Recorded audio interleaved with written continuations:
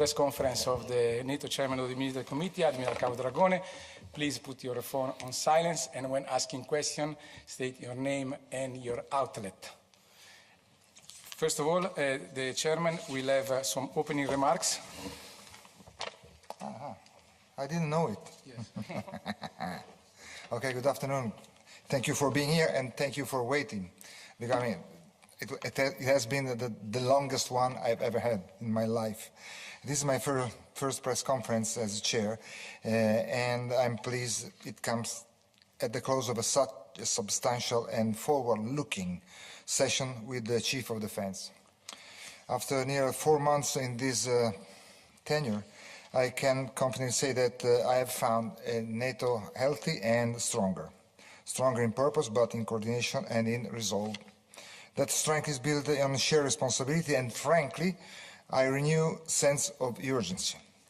The wake-up call from the Ukraine war and the one from the US administration, which ask all of us to shoulder more the burden, are among the signals that have not gone unanswered. Today we see a NATO that is more proactive, more focused, more committed and more steadfast in investing in deterrence and collective defense.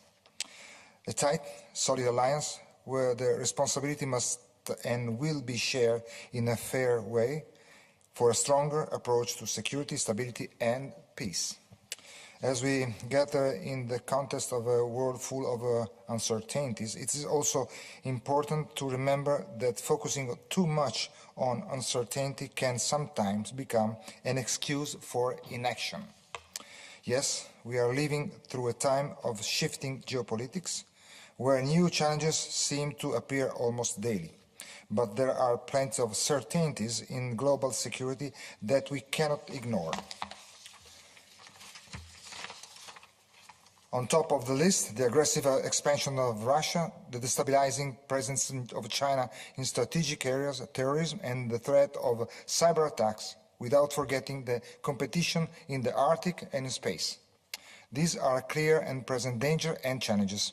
We need to ensure that our focus on the unknown doesn't blind us to the known threats.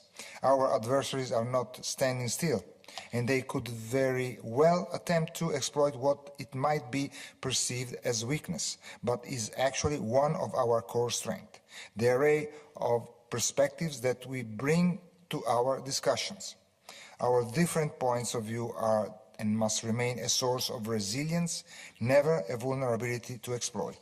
This is why, as I said at the beginning of my mandate, my priority is to work constantly to foster cohesion and resilience.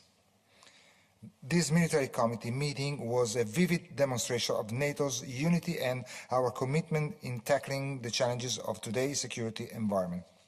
Let me share a few highlights. Strengthening collective defense. We review the implementation of the deterrence and defense of the Euro-Atlantic area, the so-called DDA, family of plans. These are not just strategies on paper, but the spine of NATO, sharpening our readiness to respond to any threat in any domain or dimensions. Warfighting transformation. With input from Allied Command Transformation, we advanced discussion on multi-domain operation, digitalization, and the kind of command and control that we ensure we fight and win as one. Support Ukraine. We reaffirm that supporting Ukraine is a strategic necessity, beside a moral duty. Helping Ukraine prevail is an investment in our own security and in the rule-based international order. Finally, I want to say that this meeting was not just about NATO military matters. It was about our broader security ecosystem. Tomorrow, the Foreign Ministerial meeting in Antalya will further advance discussion about NATO priorities, a clear sign that the alliance is moving together, determined as ever. And at the same time, the EU Military Committee meeting will take place, an excellent example of how NATO and EU are working side by side, timely, ensuring there is no discontinuity, nor overlap or competition in our approach to security. I'm proud of the work done and grateful to all the chief of defense who contributed, especially those who travel long distances to be with us today. I look forward to taking your question. Yes? Yes. Hi, Admiral. I'm Antoinetta from Politico. My question is about defence spending and what would be agreed at the Hague summit. So yesterday, the US Ambassador Whittaker specified that, you know, the US number is 5%, but it doesn't all have to be howitzers or tanks. It can also be cybersecurity or mobility, infrastructure. Did you discuss that today, the sort of 3.5% on specific, you know, on real defense spending and 1.5% on, you know, innovation, industry, etc.?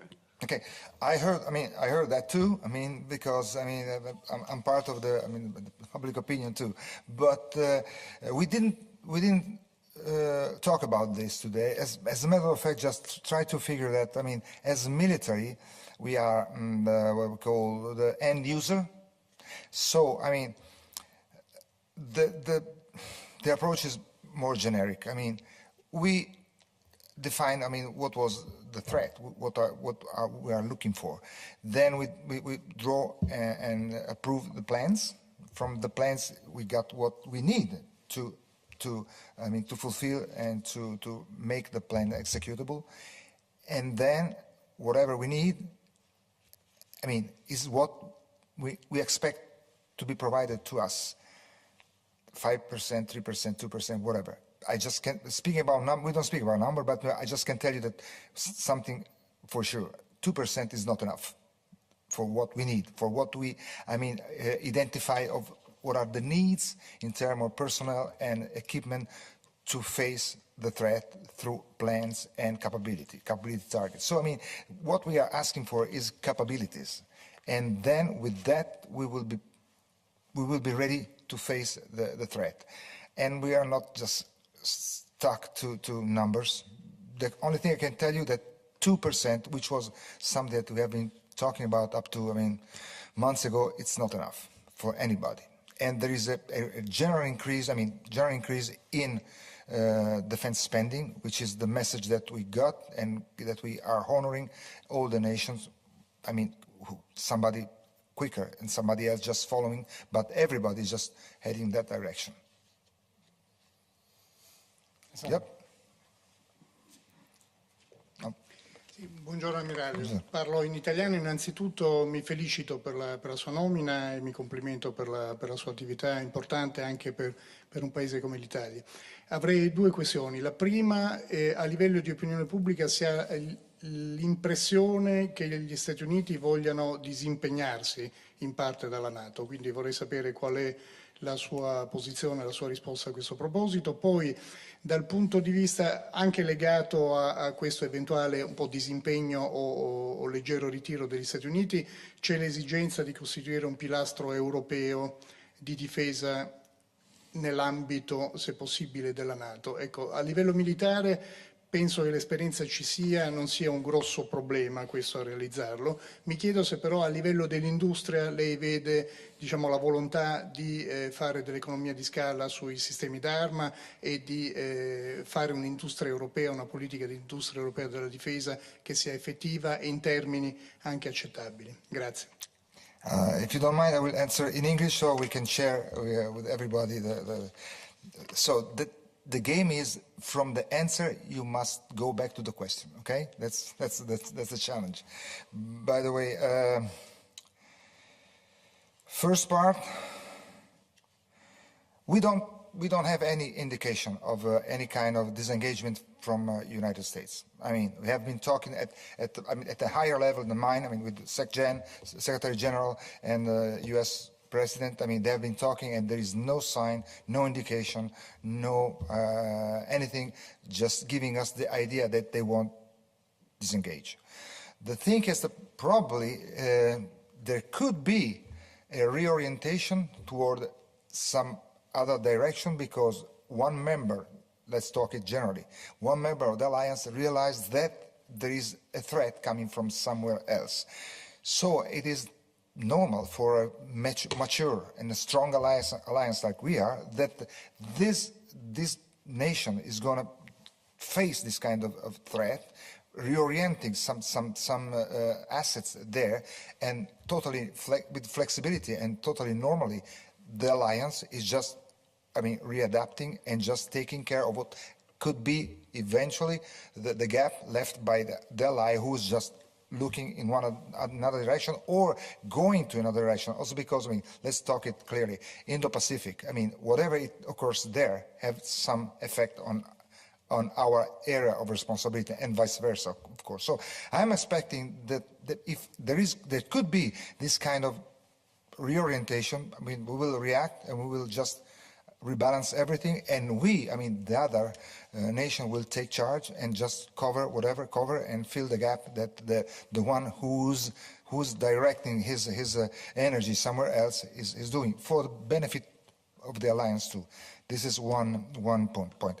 The EU as a pillar of the alliance is already metabolized as a concept. The EU is already going in that direction. I'm foreseeing that, the EU nations, 27 over 32, will just get some capabilities which will be beneficial for the alliance too. It was a kind of a single set of forces, also for the capabilities could be the same story. So I'm pretty positive that the European Union is heading in that direction.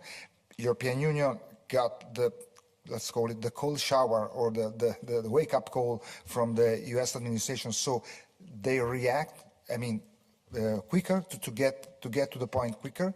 We don't have to forget already in 2025 they already had a RDC, rapid deployment capability operative. So they are 500 soldiers ready to be redeployed wherever they want to, even out of area of responsibility of Europe. But I think that the process is running, and of course there has been an acceleration due to the Ukrainian war and to the request of our ally, the transatlantic request to take more responsibility of their own European defense. So this is one. Industry. Up to now, I think this is the weak side. The weak side of the situation. Industry doesn't have already changed their mind because they should feel themselves and be active part of the defense from the whole of society. They are part of the society. So since this is a whole of society approach, I'm expecting that they change radically their way of seeing. Sometimes we spoil them, we as military spoil them, we just accept something that probably it was not perfectly fit for our requirement in the past, and we need to change our attitude too, but radically they need to be part of the system. They need to accept probably to be quicker, be more responded to our operational requirement, and be cheap. And these are the 3 points that from military point of view we are looking for, and sometimes they are weak on this. Yep. Cristina Giuliano, Asca News, sono italiana come lei, però gliela faccio in inglese anche se il mio inglese non è buono come il suo. I'm asking you to resume, and these were the first months for you at NATO. So how do you see the future of our alliance? I can answer just watching the tendency that I saw during my first 3 months, because I started on January. The alliance is strong, is getting stronger and stronger, because as you saw, the latest event, I'm speaking the war in Ukraine, just got ourselves even tighter if we need it. The answer to the threat has been unique, there has been no difference in how we do react to, for example, to the aggression of Russia to Ukraine. And probably this has been a gluing factor to get the cohesion at this level, which is really a really good one. And cohesion is the central gravity of the alliance, for example. So I mean, the 32 nation has been moving really totally to tune it up. And I think that in the future, because we don't have to lower our guard, even if, thanks to God, someday there will be peace in that part of the world. We don't have to lower our attention and our guard, because I mean there will be a lot of things to do, and just our responsibility is not just for today, but it's for tomorrow, for the future generation. So we must be fit, ready, and we are working on that, and stay at that level, which means keep on working for the future. But I tell you what, the maturity and the strength and the will of the alliance is really strong. And I think that some way the war in Ukraine help us in getting to this, I mean, good mood. Yes, one more question. Yes, Antonio. We're tough. Okay, and the last Hi, one there. Yes. Admiral, it's me again. You mentioned the Arctic, and you mentioned space. So my question is, as chiefs of defense, did you discuss the situation with Trump's, US President Trump's desired acquisition of Greenland? Because Denmark, 2 days ago, decided that it will call a meeting on Arctic security with the northern countries. And also, did you discuss the Russian buildup of military along Finland's border? And if so, what does NATO think about that? That's what was not an issue discussed in this meeting. I can tell you whatever is my opinion on this. But I mean, the Arctic, high northern, is very important for NATO. It's a theater, an operational theater, very important. I mean, there's just climate change, and also I mean, just consider that NATO had the need to add a specific joint force command in Norfolk, which will be in charge of the Arctic region and also of all the communication between the transatlantics. So I mean, coming from the Americas to the Europe and NATO area of responsibility. So Arctic is a very important theater of operation, and we pay a lot of attention to it. And as far as the nation, I mean, we are an alliance. In this alliance, 7 over 8 nations of the Arctic Arctic Circle or whatever, I mean, are in NATO. So I mean, it is the interest of the NATO as an alliance, and all the countries belonging to the alliance to find a solution on anything, because I mean that's something we can grant it within the alliance. So I don't see any major problem. Yes. That was the last one, right? No, one more. Okay, where are you? Okay, I can see you. Yeah. In July 2024, NATO adopted a new policy on women, peace and security, and among others recommend that we prevent or we protect women and girls who are the first victim of war, especially through sexual violence. This is aligned with Resolution 1325, which is 25 years this year, anniversary. I would like to know what progress have been made in the year since this new policy, and how does the MCCS advise NATO on implementing that policy? I mean, NATO policy, I mean, remain unchanged. So, I mean, whatever it was decided at that time, I was not here, but at that time, it's still in place. I mean, we as an alliance decided to cope totally with 1325. So we are just on track, and everything is going forward. There is no change in our posture, in our will to fulfill the 1325. So I mean, there's no question about that. Well, how do we implement that policy? How do NATO implement that policy? I'm sorry. Well, I think we have I mean, an entity, an office who is following this issue, and they are just going forward on what it is supposed to be done. And I think that things are going smoothly, and I don't see any change on attitude, on any change of mind on that. So I just want to be sure that we will be complying with 1325 totally, as we decide to do on July 2024. Anything else? Okay. Thank you very much for attending the conference, and see you next time. Thank you very much. I'm sorry for the delay, but I'm a victim like you are.